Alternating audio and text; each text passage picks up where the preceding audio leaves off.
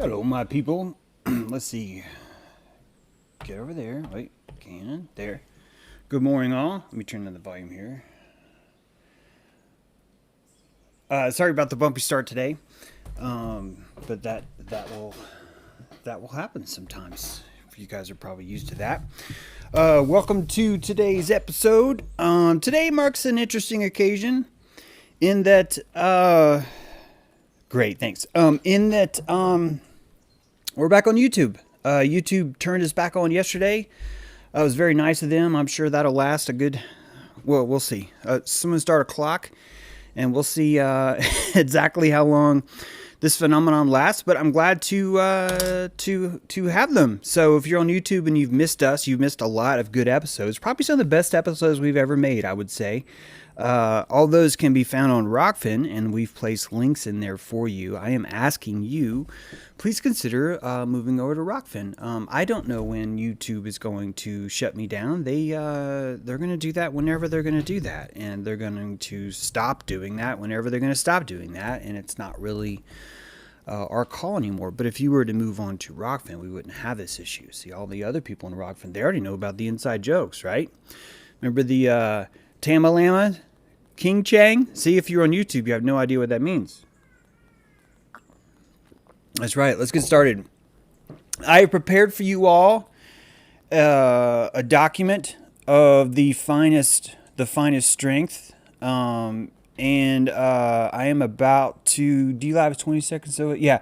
Sometimes some will get ahead and some are not. So if you're trying to watch them on simultaneous platforms, don't. It'll cause strange quantum entanglement behavior when you're witnessing two live streams and you realize that none of that's live. In fact, I'm actually like 2 or 3 seconds ahead.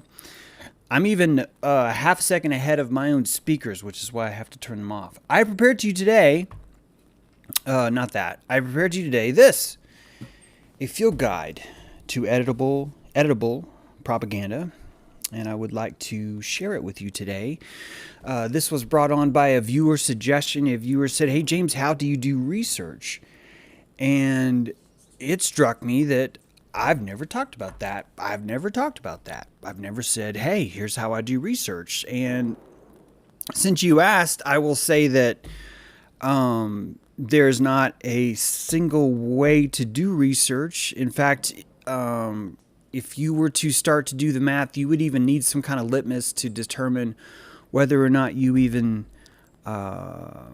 research correctly. And the word correctly would really be determined by so many factors. So some of you might be here and be a lightweight. It's doubtful. Most of you have been filtered out. But when I say lightweight, there's going to be certain truths that you're expecting. You're looking for an objective truth. You're under the impression that there's only one right reality and everyone else is wrong. It's when you're that kind of limitation, you're not going to be able to see most of what anyone talks about, really, not just me, but especially me. And especially today with this, because we are discussing propaganda. You guys have heard me complain about the word truth itself, that the word truth actually has some connotations that come with it that aren't necessarily what we think they are. And to understand the best way to do research, the best way to determine how to actually navigate the propaganda is to truly, it's funny I'm using the word truly here, understand what the word truth really means. And that's a tough one. That is a tough one. If you see me looking up, it's because I'm trying to show you this one hummingbird, but he's very peculiar. Let's get started. A field guide to editable propaganda by James True.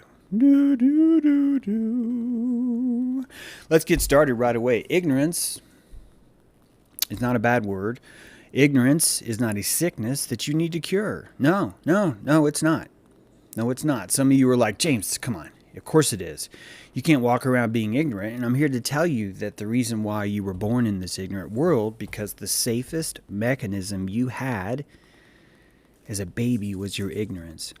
That truly, a baby's born without an immune system. I guess to be more accurate, it might be better to say that a baby is born with an inert immune system. It has not been activated yet. It's dormant. It's a sleeper cell. And all that baby has going for it is pure, raw ignorance.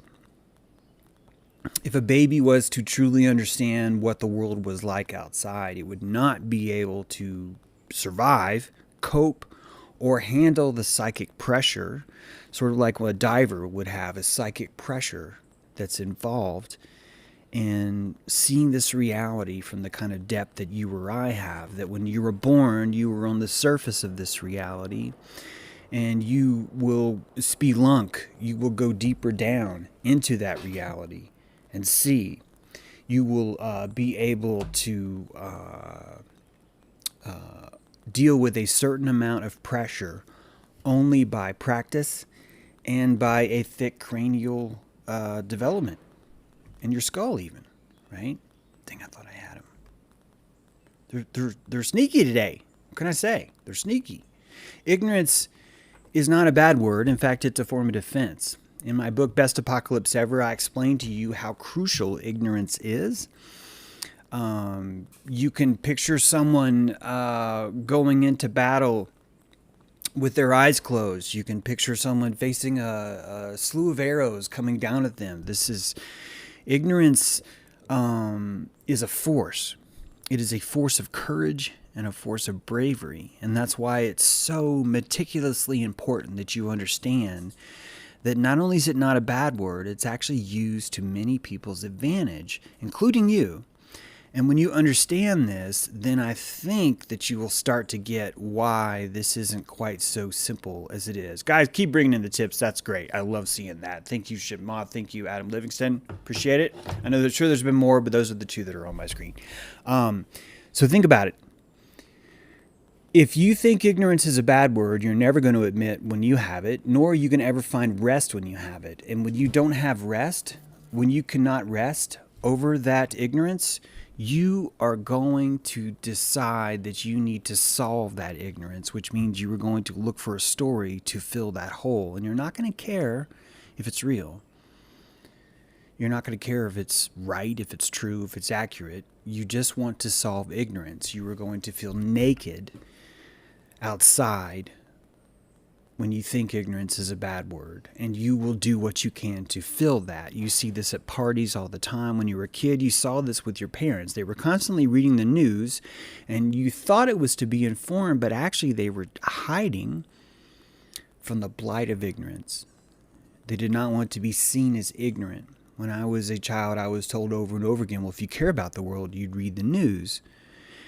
That same sort of propaganda has been used against you since the moment you were born, so much so that it actually has indoctrinated you into its society, and you use propaganda too. And that's probably pretty tricky for some of you to stomach, maybe because of where you're at. But if you truly understand what propaganda is, and if you truly want to understand how to research, you need to understand, accept, and love the fact that you lie to yourself every day too. You do. And we use propaganda much like the baby would use ignorance. We use it to protect ourselves, that we would not be able to survive without this propaganda. I'm okay, I'm going to be okay, right? I'm going to be okay. We're going to make it, honey. We're going to make it. We're going to make it. We're going to make it, right? There's no way he can lose. There's no way he can lose. We need propaganda because it helps us to build up our belief bubble. We create this warp reality bubble around us, and we need belief, we need propaganda to shore it up. I would say that most of healing happens through confidence. Someone has the confidence as a doctor, which means that the person senses that confidence and says, hey, can I secrete some self-healing now underneath your supervision? And the doctor says, yes, I will allow that. And boom. That's what most of placebo is. That's what most of nocebo is. Ignorance is not a bad word, my friends. It's not. Abandon all postulates, ye who enter here. This is a tricky one, because even now we all share the same postulates about Bill Gates, about the CDC, for example, about our government, about the masks, about Biden, about all this stuff. And that if you were to truly become a true researcher, you are going to need to abandon all those postulates. And here's the thing. When you abandon all your postulates, you actually have to disassociate from the world. And when you disassociate from the world, ding, ding, ding, that's actually a little bit psychopathic. Which leads us to another point. Most people are not interested in stepping out of their postulate. Their postulate is comfortable. It's like the fort we talked about. They're not going to want to leave. You are not going to want to leave your postulate. When you start to hear, I used to rub one out over the wonders of space. It was the most fascinating thing I'd ever heard. What the Hubble did, the photos that thing was taken, the day that I thought that maybe that was bogus, it was a physical pain that my pancreas felt that.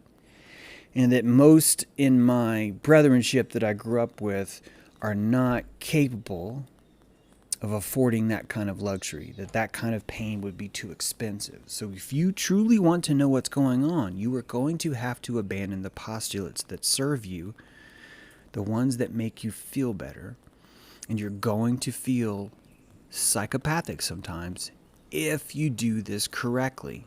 What I mean is you'll suddenly be telling yourself, well, what the fuck is right? What the fuck is wrong? What is even real? And then you start to come to our party, right? You place your lips on the hookah of what this reality is really all about, right? Abandon all postulates, ye who enter here. One example of this would be the sun. There are three aspects of the sun: Kepri, Ra, and Atum. These three aspects are the same sun. It's the same fiery ball that you see in the center of the sky. However, it contains a completely different personality. But if you were told the sun is a ball, and if you always thought that the sun was a ball, you would miss the personalities of the sun. And you would have to wait for science to catch up to you, to actually explain to you that in the dawn, there's actually all these other ions that are released that weren't there before. And then in the sunset, there are actually a lot less of this, but still more of that. And you start to understand that your postulate that the sun is a single round fiery ball misses all of the animism, all of your ability to connect to the sun as a living being. You're under the impression that life itself has personality, that all things that are alive basically have prejudice. We've defined life in this world to say everything that's alive exhibits prejudice. It's, although not a scientific definition, if you were to bring me any definition that you think qualifies as life, I would show you that what that definition truly does is just say anything that's alive shows prejudice. That's why we don't think rocks are alive, because we think rocks don't show prejudice. But rocks are chill, man. Rocks are like the ultimate, dude, it's all good. And we will never see them as alive because we're living in this world where we've created this profane bubble and then the living bubble. Then you have a sanctity, you have a caste system, you have all this stuff, all because of the postulates we have. And only one of those, one of so many, is that the sun is a fiery ball, which means you misses the ability to connect to the personality of this three-phased being. This beetle, this falcon, and this man.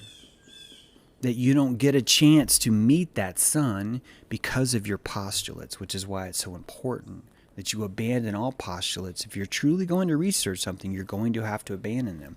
When you research vaccines, which is too broad of a topic to even call it a topic if you think about it, you cannot like or hate vaccines. In fact, if you're good at it, you will love vaccines while you're reading. And you will seek every morsel, every moral, every bit of mushroom that you can gather in that forest, and you will bring them home. You're required to do that because of your passion for it.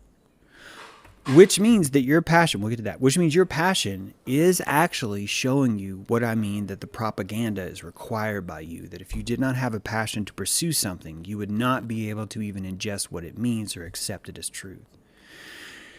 Just as another example, The Egyptians see 5 aspects of the self. You would never be able to see these 5 aspects if you believe that the body is all of who you are. That in Egypt there is Ren, this is our name, your physical name, who you are, your Ren, that's your venerations, right? As long as you're remembered, that's your Ren. Ka, that's your spark of life. If you're showing prejudice on the table, you have a Ka.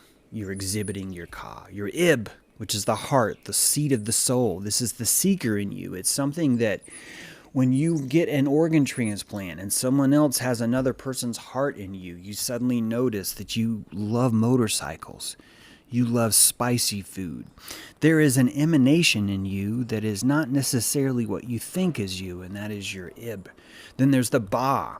This is your vectored will. A lot of times it's portrayed as a bird. The Ba can either be a dark bird like a bat or a happy bird, right? But your Ba is your thought, who you are, your vectored will of who you want to be, your aspirations, your dreams, that undying essence, spark of what you are, and it's traced through your shadow or your sheut. I don't actually know how to pronounce that word. Sheut. Your shadow, your imprint, your likeness or your footprint, every photo that's been taken of you, every imprint that your ass has placed into a couch has this shadow. These are completely unique aspects. And most of them aren't even tangible. In fact, all of them are not even tangible. Fuck. Maybe your should is because you're seeing it in other things. But here they are talking about it, and here they are pointing to things that we have proof of, but only after the fact. Why? Because abandon all postulates, ye who enter here. Being wrong is a luxury. If you cannot afford this luxury, you need to move someplace cheaper. And this is probably the biggest part of research. Why is it the biggest part? Because if you end up with putting too much on the line, if you're betting too much on the pot that what you think that your postulate is right, you will bankrupt yourself and you will never come back. And you will slip into this realm where all you're doing is trying to avoid being wrong. Avoiding being wrong is a completely different prana economy. That's coming from someone that's operating from a deficit. And because that person has a deficit, they're not actually able to work on finding or eliminating or even fine-tuning their propaganda. They are working on creating the propaganda that they are not wrong. This is very, very, very different, right? This is not even close to what you might call truth seeking or trying to figure something out. You get this, though. Some people just can't afford to think about stuff because of how expensive it is to be wrong. That is enough a deterrent where they will just simply read what others have said and regurgitate it, because then they can only be corrected on not whether or not they're wrong, but whether or not they regurgitated what they heard correctly. And this is an easier skill. You see this at the water cooler every day. People never discuss whether what was said on the news is true. What they discussed is whether or not Clint here is repeating what he was told well. That's a very, very different kind of art. There you are. Finally got you, buddy. He's so paranoid. He's like, I don't trust you, and I'm going to require you to fill this for me. I don't trust you, and I'm going to require you to fill this for me. See, he has propaganda, too. He has propaganda about me and about what's in there and about my intentions, too. And that's fine, because it's allowing him to drink right now. It's a big drink. That's right, we gotcha. Gotcha. So being wrong is a luxury. If you can't afford it, move. Guys, don't be a them. Preach to the choir here, but don't be a them. No one does something because they're evil. That's a tricky one for people to believe, but no one does something from their evil. If you're explaining that the reason why someone is doing something to you or why the state is doing something to you is because they're evil, you're wrong. You don't know. In fact, you're so out of touch that you're missing so many things completely. I've tried to explain this before. Maybe it worked, maybe it didn't. But please imagine that the definition of evil would be to be feeble to oneself too. The evil would be the opposite of success. It's to miss the mark, right? In fact, the original term sin, evil, was to miss an arrow. To sin is to miss. So when you look at elite evil, you're looking at a facade, something that's pretended on Hollywood.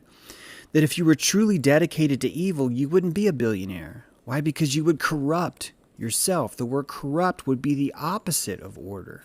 It would be the opposite of creating a well-oiled machine that's able to pull in so much belief from other people that you're riding around in a frickin' spaceship in the middle of the water saying, let's go to the ice wall today, right? No one does something because they're evil. That's lazy. You're using lazy empathy if you think that's the reason someone does something. Also, billionaires and politicians are not incompetent. Stop calling them stupid. Stop calling them stupid. People that are in charge of that many people are not stupid. They're not. That's not a sign of being stupid. Nor is it a sign of being evil. Those people would lose. Their corruption would show. Their evil would corrode itself to the surface and just demonstrate itself. It's the same notion of saying, they're so evil that they have to tell us what they're doing. And my reaction to that is, yep, well then that would be consent, because now you're just agreeing. So no, that would be the opposite of evil. That literally would be uneviling anything at all, if they're going to tell you what they're going to do and then you agree. These are things, the propaganda that we tell ourselves because it makes us feel better. The victimhood is so juicy.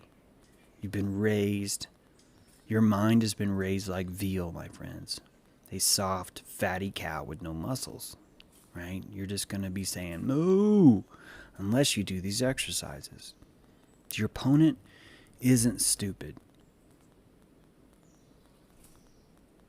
If he was, you wouldn't feel like he was an opponent. Why? Because he would be stupid. The threat wouldn't be something that would have any meaning to you. The weight wouldn't, it would be like someone threatening to hit you with a ping pong ball.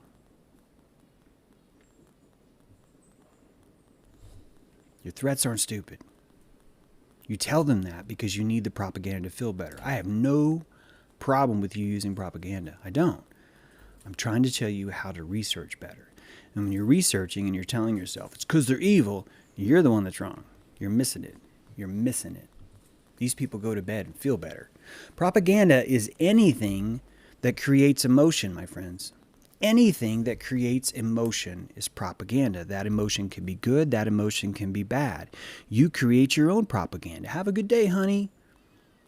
You're going to frickin' nail this. Today, I'm going to get so much done. Oh my God, I'm going to sleep so hard. Yeah, all this propaganda, you tell yourself too. You need propaganda. You build your entire life around it. You need propaganda so much that you're under the impression that you can actually discern reality. Yeah. You're under the impression that you were able to remove all the scopes from all the biases that you have, and that you were somehow able to objectively look at reality in such a way where you've removed yourself from the situation so much to where you absolutely positively are perceiving reality accurately. Even though science tells you you're only picking up, 0.03% of the visible spectrum is even coming into you. When you truly understand what gnosis, what knowledge is, you understand that everything is belief. Everything is belief.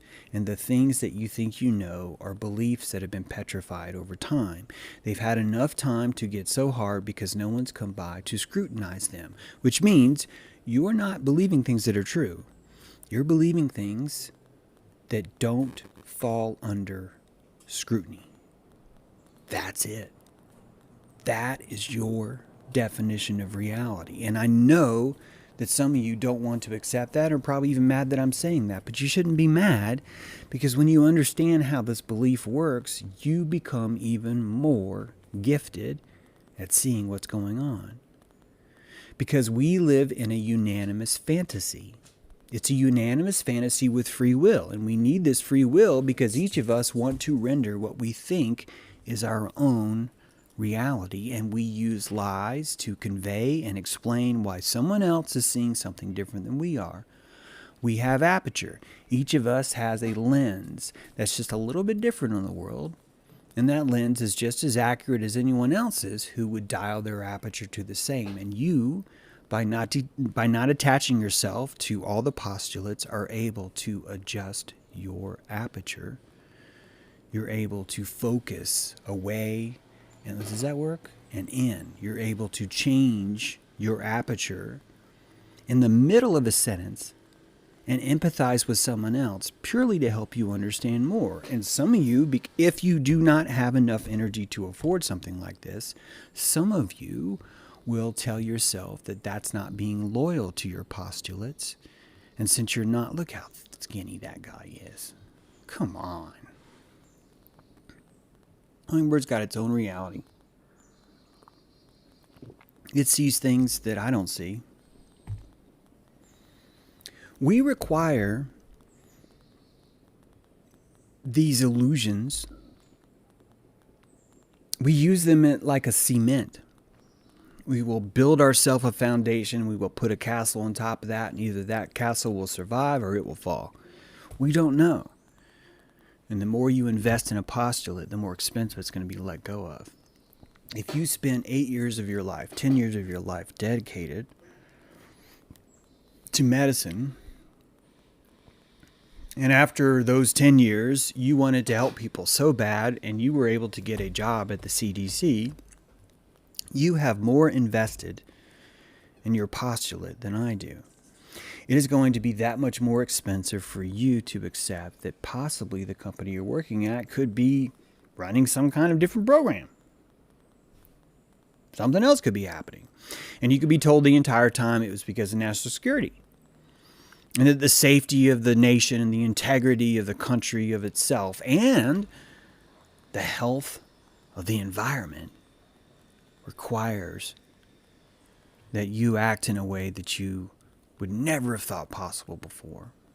And these postulates come and they land on us, and we either survive or we change. And that's what's happening now.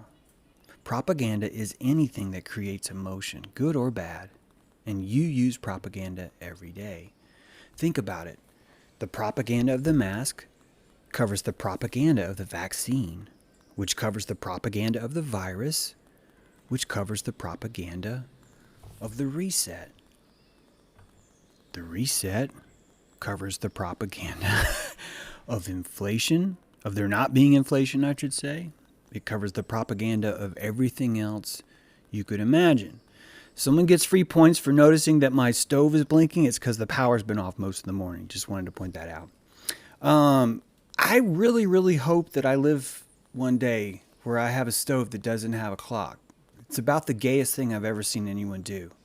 Let's put a clock in this 240-volt stove that no one can ever reset. Anyway. Science gives you a postulate that's comfortable. It gives you the illusion that everything is settled, that wisdom is consensus, and most importantly, there's no such thing as fraud. And when you turn on the regular television, you will notice that the same TV shows are always popular. What are they? Law and Order, SVU, Pubic Rape Show, number 17.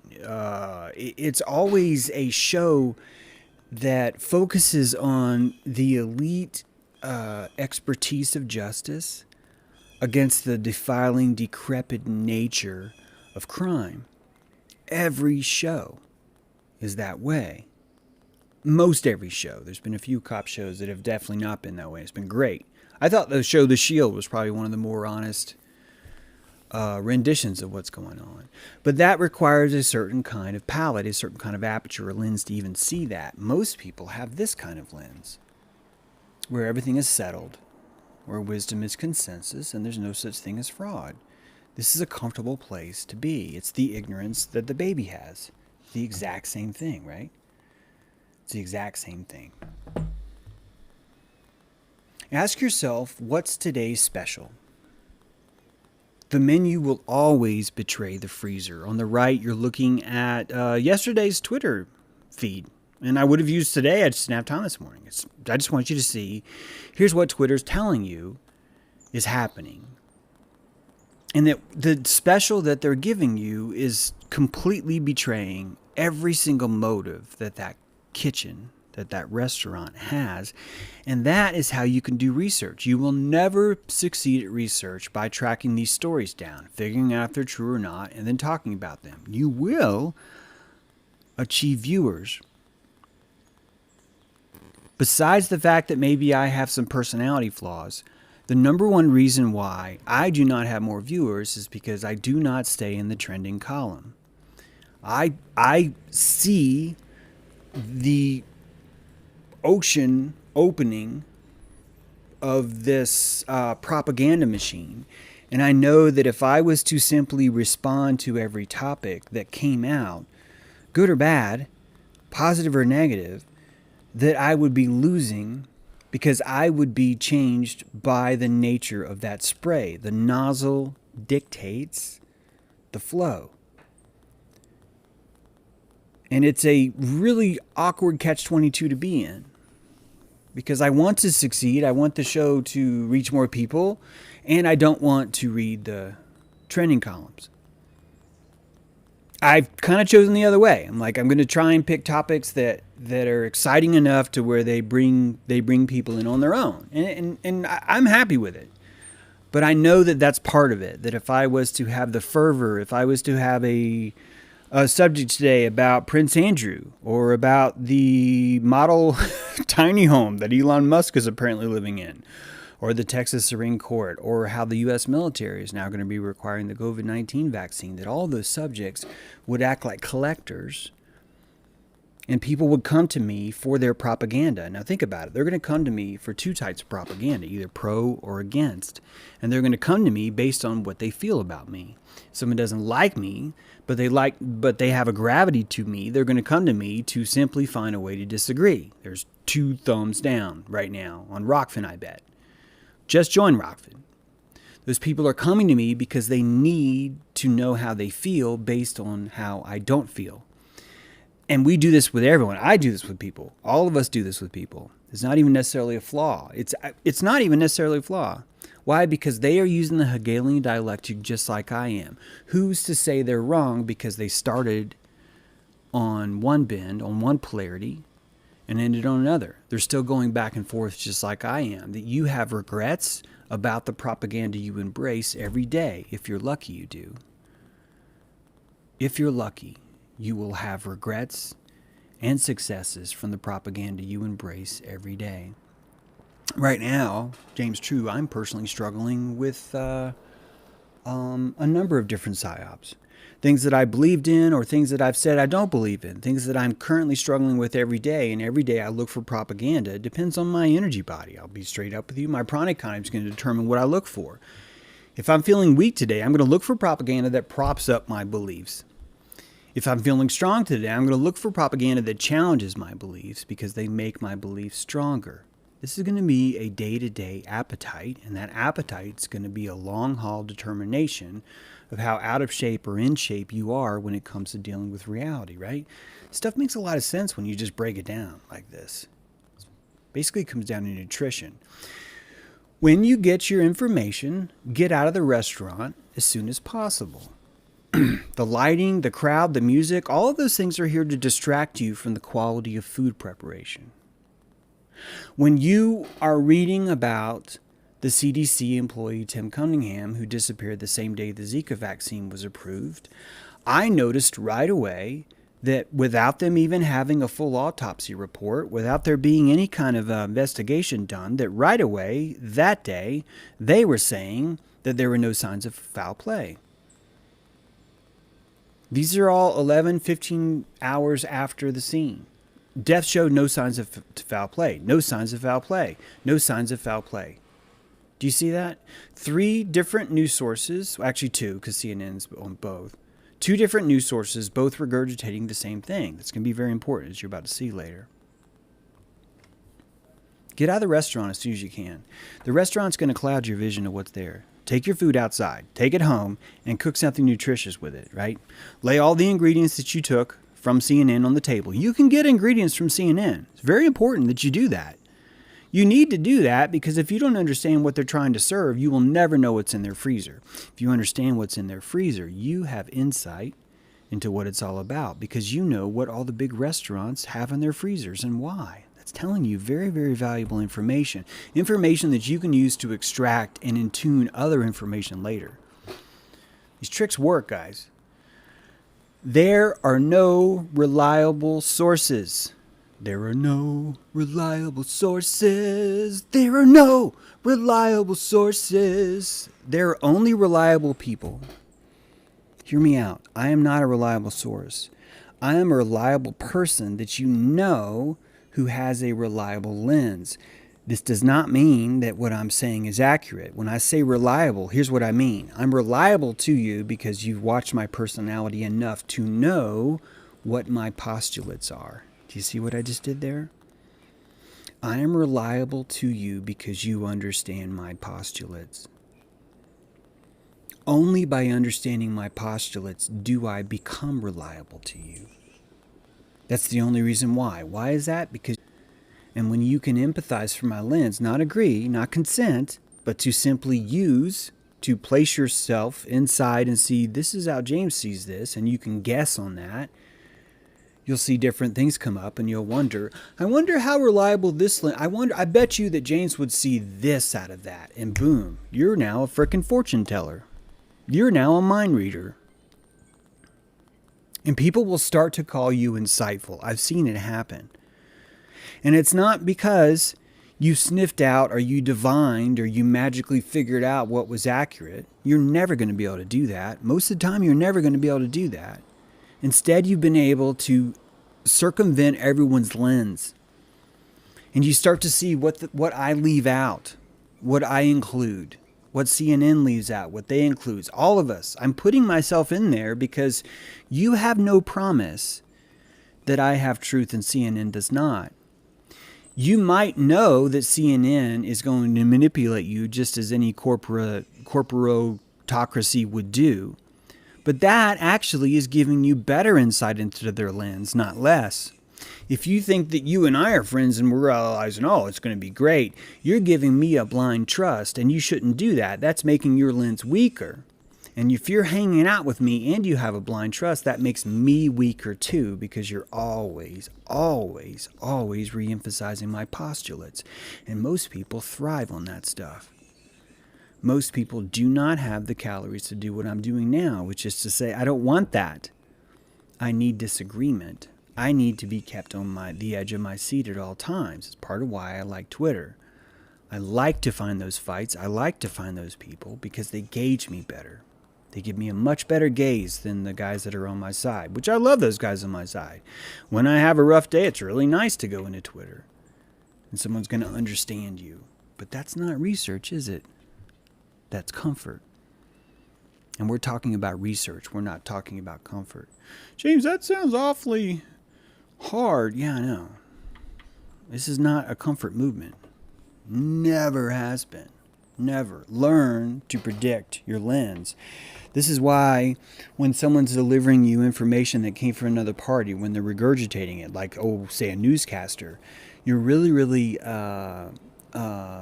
missing every possible human element because of that rehearsal.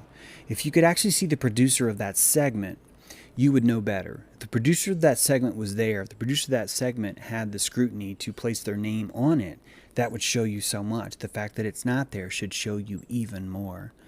Even more is divined by realizing what the source is and, more importantly, why the source is not listed.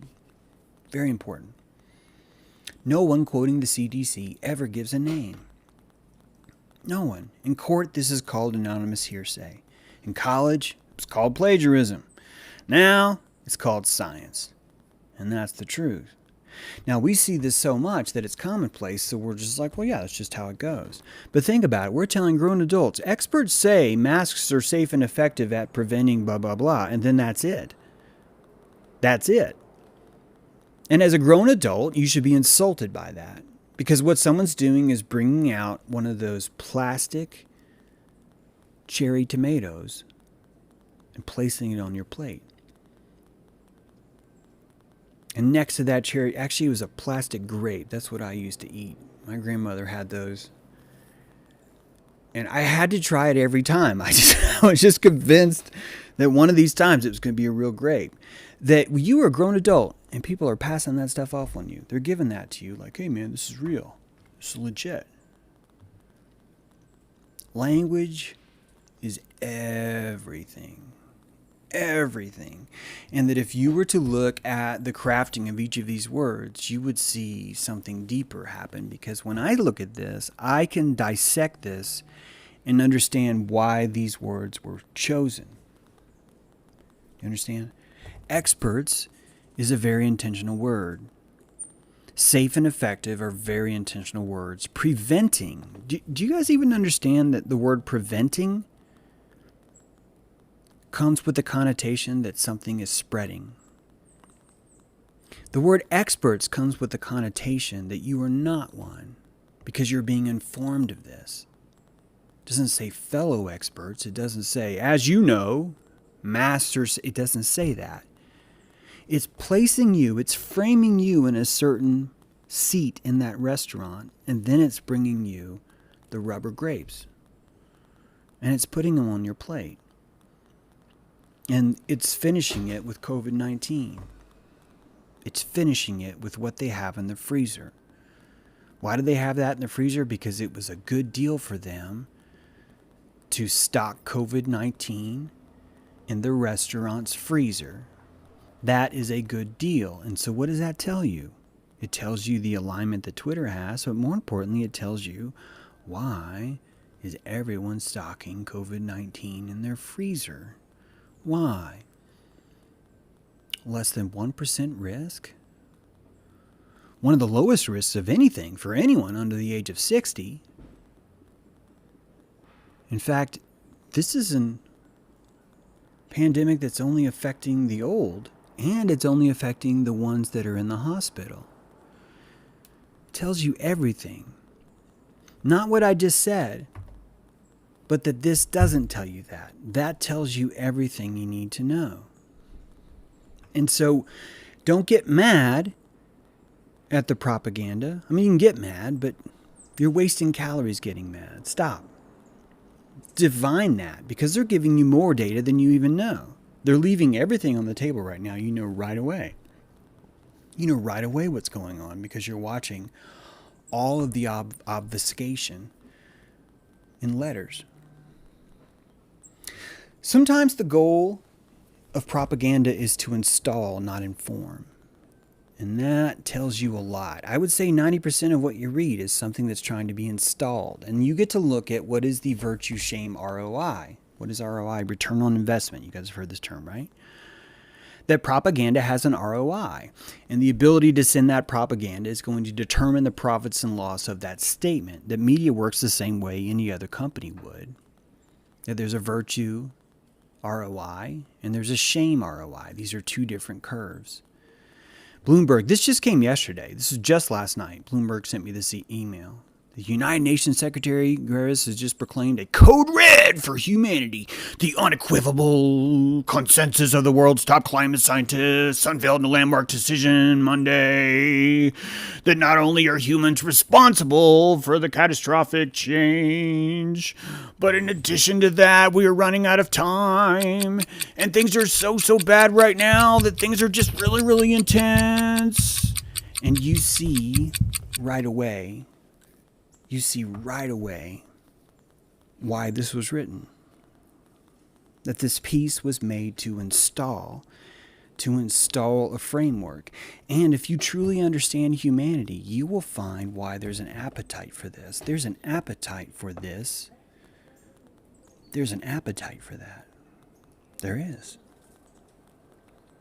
The appetite for this Bloomberg piece comes from people that are having their own problems. What does this Bloomberg piece do to your personal problems? Some of you are worried about your roof. Your roof's leaking. You don't know if you're going to be able to afford a new one before winter. You just don't know, right? This frames it in such a way where you're not worried about your roof anymore. There's no more concern for your roof now. Why? Because there's a code red for humanity. It's a code red, that's why. Who cares about a roof? Who cares? It's a code red for humanity. These things help us. We shop for the propaganda that helps us survive, and there's nothing wrong with that. Why? Because you were living in a, like I said, unanimous fantasy. It's a unanimous fantasy. What makes this place so special? This place isn't broken. This place is working perfectly. Truth will always have an archaeological record, my friends. What do I mean by that? It'll have more than footprints. Okay, a common pitfall to this. James, did you hear about that dude that was killed because they found his car that ran on water, then they fucking killed him? And my response is, where's the white paper? Where's the white paper? Because any engineer who solved something as monumental as that would have a white paper on it. In fact, he would be more proud of the white paper, not the engine that was built. This is true. Because the white paper is the genius. It's the essence of that idea. And if his goal was to spread that idea, he would not have ever, under any circumstances, not written it down, but decided, first I'm going to build the engine. I'm going to machine all the crafts. I'm going to do everything else. And then after all that's done, if I don't get killed, then I'll write a white paper. That doesn't happen that way. I'm sorry, but it doesn't. Some of you are convinced there's a car that runs on water, and I am not saying you're wrong.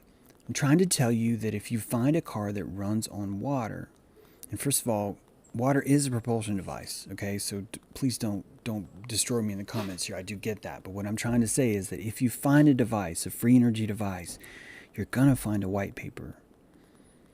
You're going to find a footprint. You're going to find a sheol, right? The shadow of that thing. And that shadow, there's going to be more footprints than there's going to be feet, right? It's going to be more, a lot more footprints. One of those would be a white paper. Some of you, there was a time when I would probably embrace free energy. I think free energy is retarded. I don't want there to be free energy. I am tired of this idea that everyone should get equal these amount of love no matter what they do, no matter how they act, no matter how shitty they are. I believe that we should live in a world where if you want energy, you're going to have to burn some calories to get them. Like this guy. This guy is overcoming his fear. He's overcoming thousands of miles to get him some sugar. I don't want his fat ass sitting on the couch going, oh, I want the sugar, therefore it's here. I don't want that. And I look at the ROI of people who believe that. Because free energy comes with a get out of responsibility ticket. Free energy is the most beautiful form of self-annihilation I can think of. You don't want there to be free energy. You want to have to create that bubble and exchange those calories for what you want. You want a world like this. Trust me. Trust me. If this world ran on whims, you'd already be dead, first of all. Because you've had a whim a few times. What if I die? Boom. All right? So stop that. Anyway, big tangent here. But you get what I'm saying. Truth always has an archaeological record. Always. There's always going to be footprints. Is there regurgitation? Right? That's easy. This is that Sinclair thing where everybody was saying the same thing. Is there regurgitation? I'm here to tell you guys that truth will never have a regurgitation, that it will percolate. And because it will percolate, you will notice that the different regions of America will have a different flavor to what they're seeing as truth, that the Cajuns will see something that has a very Cajun-esque type footprint to it. It's going to be wrapped in the uniform of the locale. That just like accents, just like musical styles, just like food, just like barbecue, just like craft beer, that truth will be customized to its region, and there's nothing you can do to prevent that. If you see truth that's regurgitated like this, you are looking at something that was installed. It was installed from the top. That's why it's still clean. This is top down. These people are top down. If it was bottom up, you would see people in Texas going, immigration, blah, blah, blah, blah, blah, and then talking about the defense of our democracy. And then the people up north would be talking about the pipeline. That's how you would see these things naturally. And when you can learn to spot, to trailblaze, to watch these paths, you're going to see everything better and you're going to be more confident. Most of your energy is wasted worrying. Most of your energy is wasted dreading. Most of your energy is wasted because you think ignorance is a bad word. You think everything that's happening is bad must be bad, or that it's broken, and it's not. That most of the things that are happening bad to us are very, very, very, very constructively hurting us right now. That this system has such a perfect feedback loop that the very people that surrender their power are the very, very ones that are going to be forced to rue that day. Certainly there's some offshoot. Certainly we're affected by that, but even we are abandoning our power still. And we're allowed to look at the seagulls that are fighting over the hot dog on the beach and figure out, hey, it's got to be a little bit of me in there too. This is why it's so hard to do research, because you have to wear the propaganda yourself, because otherwise you're not going to notice it. You're not going to notice that. Emotional camouflage is probably the most effective camouflage I've ever seen. That what is hard to accept is hard to perceive. We have gone over this in detail in a presentation called The Eye of Ra. It's a 3-part series that you can find on my YouTube channel right now. We are going to be repackaging that presentation into a 1.5-hour presentation. But basically, this explains the concept of what is comfortable for you to see, you will see. What is uncomfortable for you to see, you will not. And most of the fights that you're getting into with family or coworkers, really what you're doing is you're just looking at someone that you think should be able to see something, but truthfully just cannot. And you're having trouble understanding that because you think that everyone should see the exact same thing. But even you, there's certain things in your vision that you're blocking out that you're not seeing. You're just not. I had a house guest that their dog just kept shitting on the deck just every day. Taking a crap on the deck. I know that the house guests, just stopped seeing that a long time ago.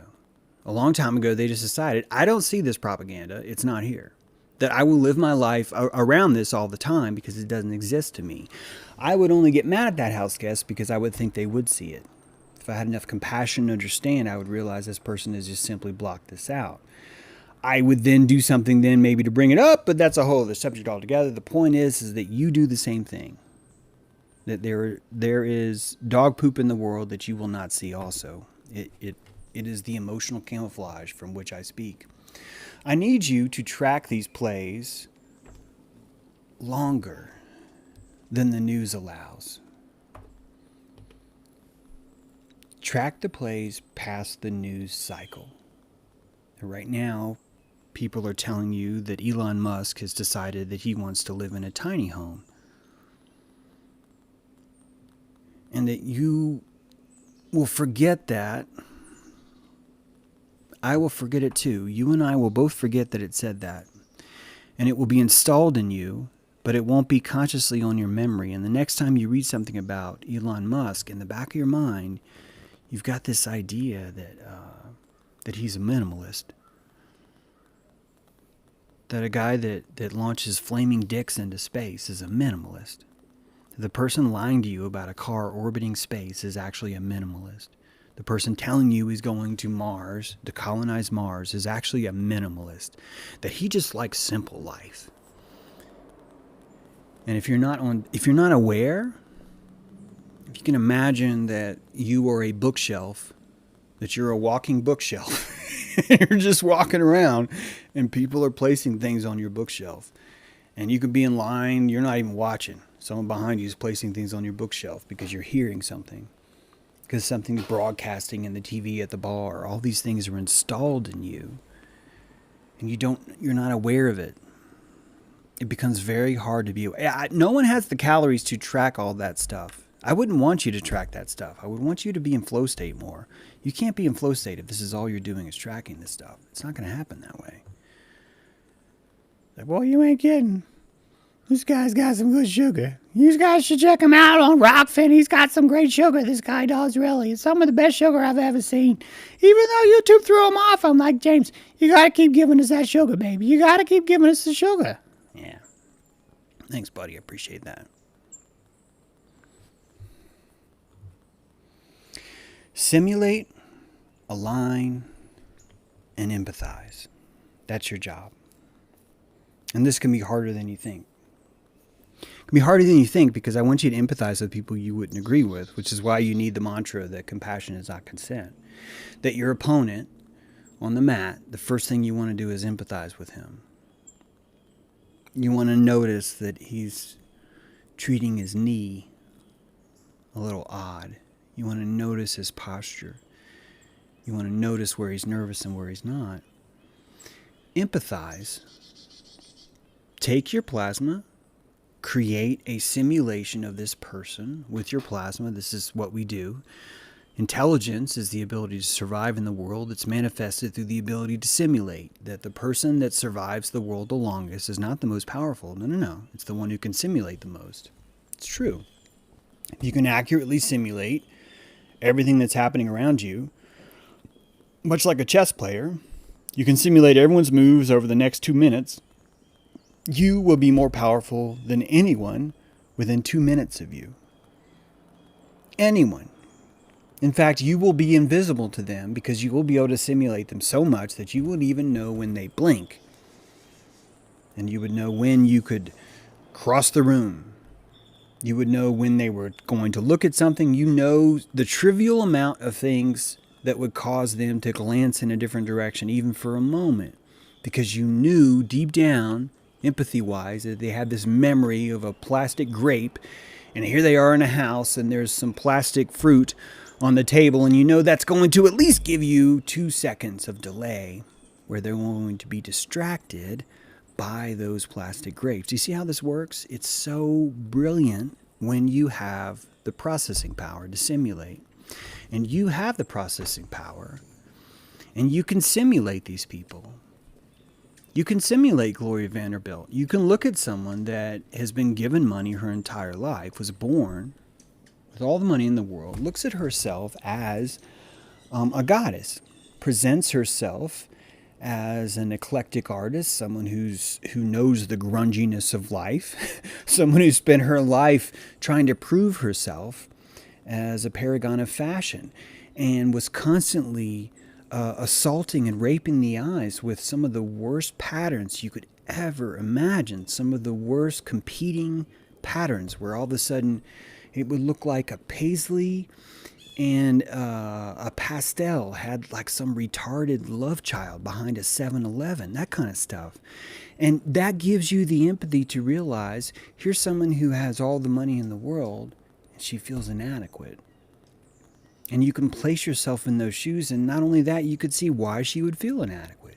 And then you could look at someone like Anderson Cooper who would grow up in that dichotomous split, not even dichotomous, it's more like polychotomous. Yeah, this polychotomous split world of mosaic where not one painting of Gloria's has more than a 2-inch square of color.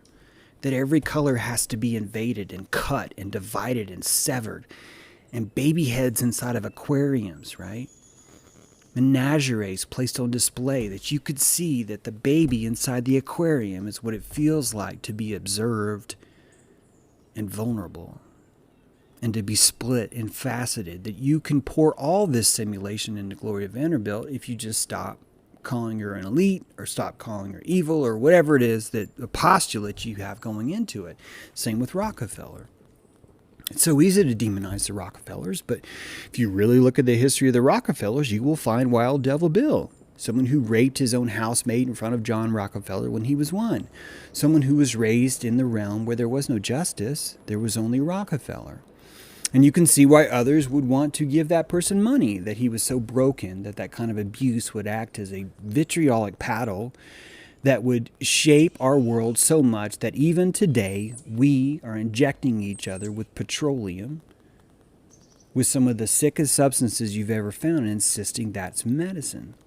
And all that came from the derangement that Rockefeller grew up in. And only through your empathy would you even be able to see that, and would you even be able to fathom how this could happen. But if you don't have empathy, then you're going to simply say one of two things. A, he's evil as fuck and that's just the way it is. Or B, he's a good, noble, honest man who's done nothing but try and help. James, how dare you say that? He donated money to our hospital, right? That neither of those have empathy. One really likes Rockefeller, one really hates him. Empathy is not loving or hating someone.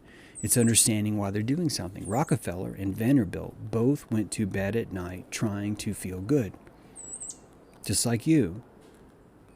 And no amount of money is going to escape your conscience. If anything, it will be even more so, because you have the luxury now to focus on nothing but your conscience. And that money creates these kinds of prisons that cause these people to simply vanish, to turn to dust. Jared Kushner would be an example of that. The Jared Kushner, the Israel's prince boy, right? The patron son of Netanyahu in America, the man who's going to solve the Middle East, right?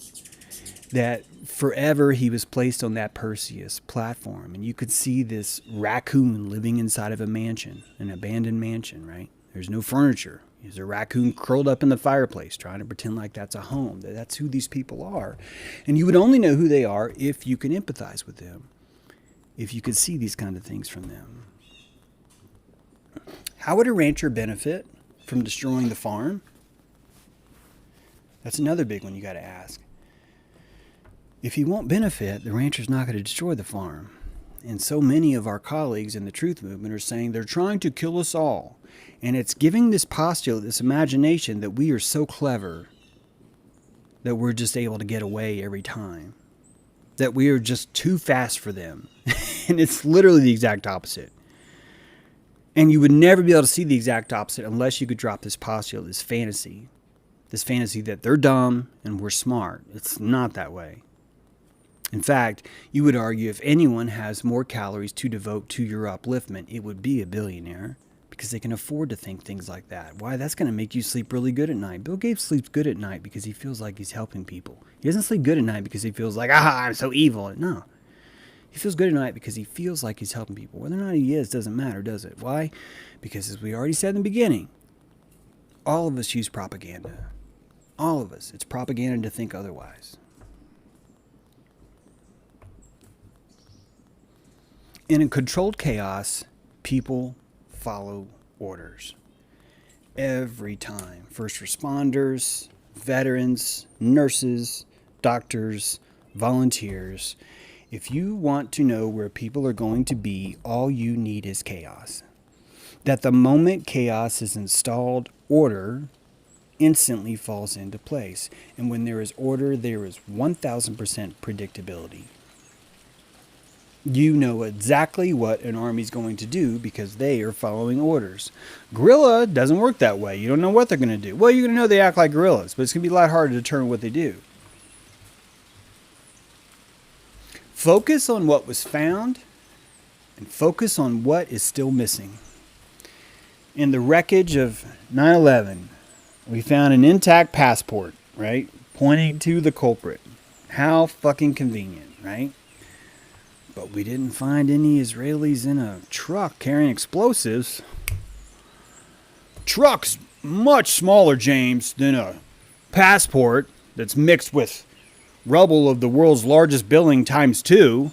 But a truck with a license plate caught on camera? Come on, right? What is missing is just as important as what is found. 1 year after the tragic Notre Dame fire, the cause of the devastating blaze remains shrouded in mystery. I did a special on this called The Cause of the Fire is Unknown. And I went on the record telling Freeman Fly and anyone else who will listen that in this time, a year from now, 2 years from now, 3 years from now, you will not know the cause of the fire. And ladies and gentlemen, boom, April 15, 2020.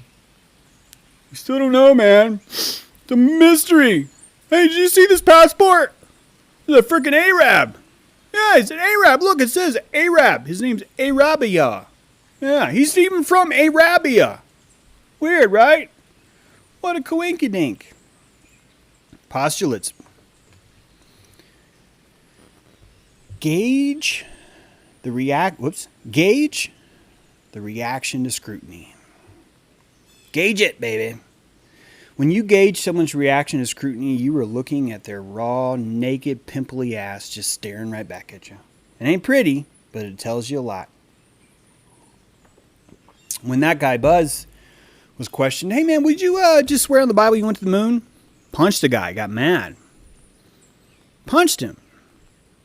Well, James, I could see how he would do that. No, actually, if you think about it, you can't. In fact, just yesterday, people keep asking me, man, is true even your last name?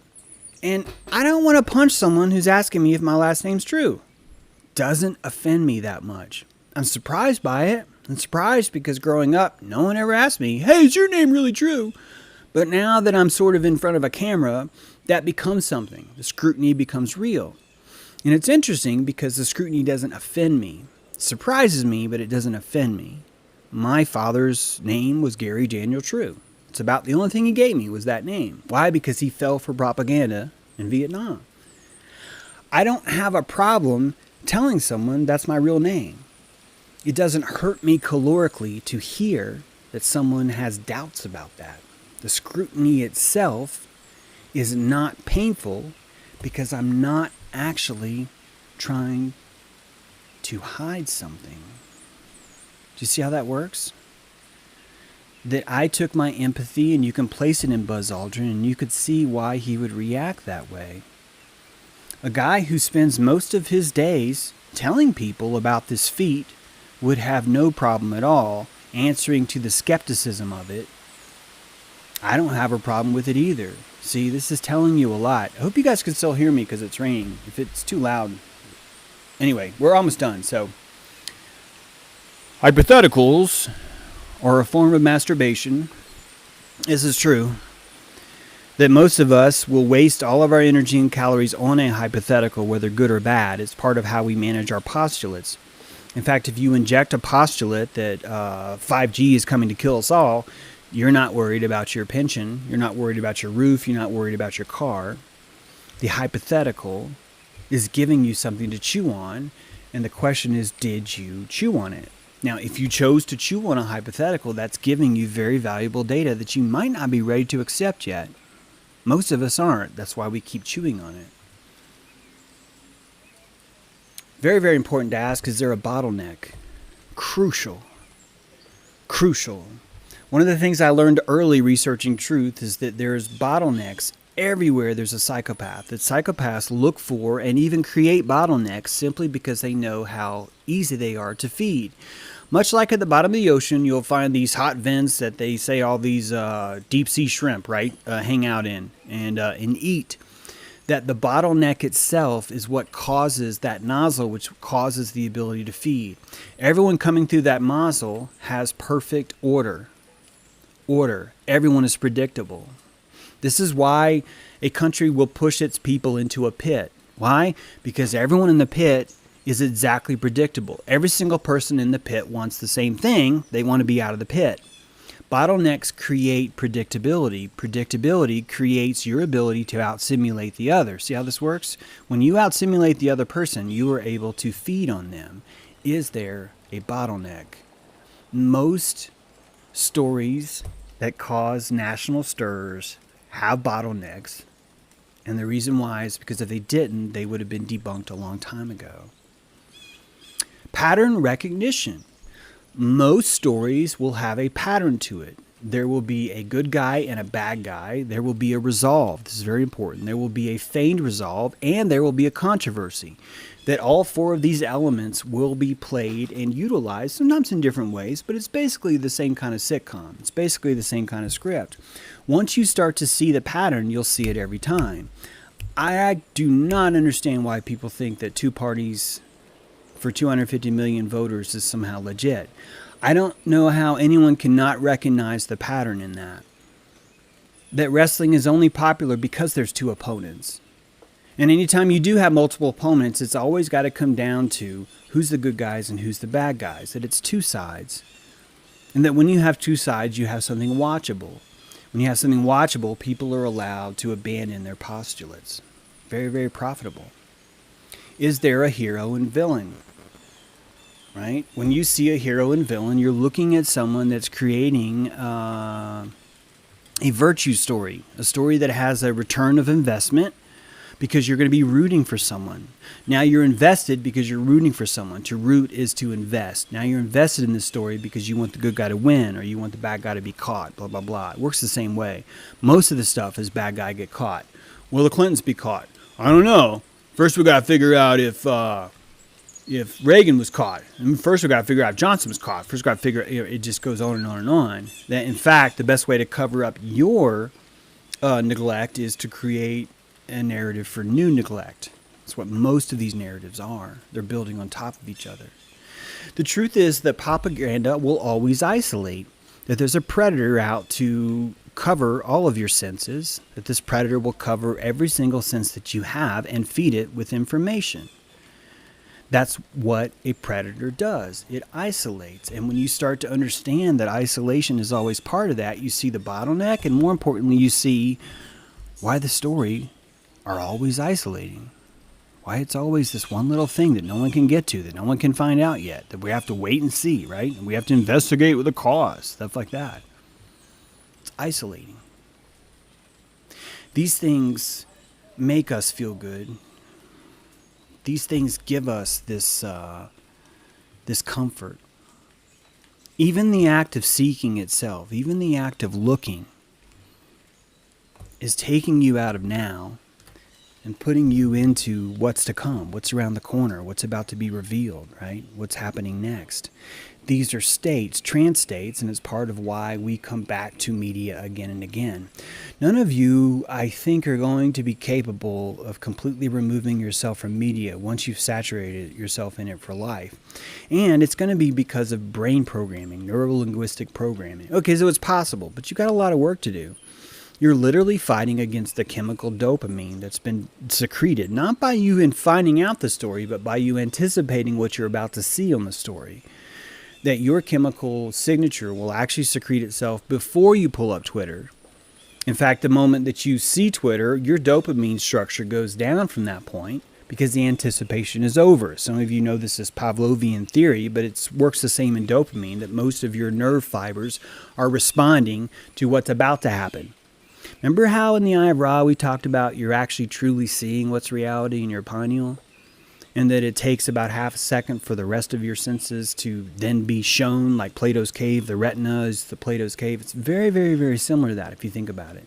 That your body's running in that same kind of way. The anticipation of something is jacking it up.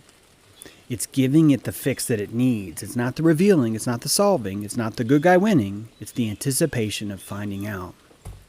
We will do a special just about this, which I'm really looking forward to showing you that. Had a lot of it prep for this, but it kind of needs its own thing. So that's all we got today, I think. What is it? Oh, gosh, it's late. Yeah, look at all these tips came in, too. Experts are incredible.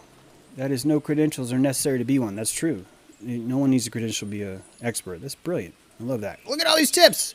Mel, come on. That's awesome. Chester, Graham, Adam, Steph 40, Pritchard, Yvonda, Adam again. Come on, guys. Thank you. Thank you all for being here. I appreciate it. I'm going to try and do a show tomorrow. I should be prepped for that too. And yeah. Hey, if you're on YouTube, thanks for coming back. But consider Rockfin. Don't know how long we'll be here. And yeah, let's play some horsey, and we'll see you guys tomorrow. Have a great day.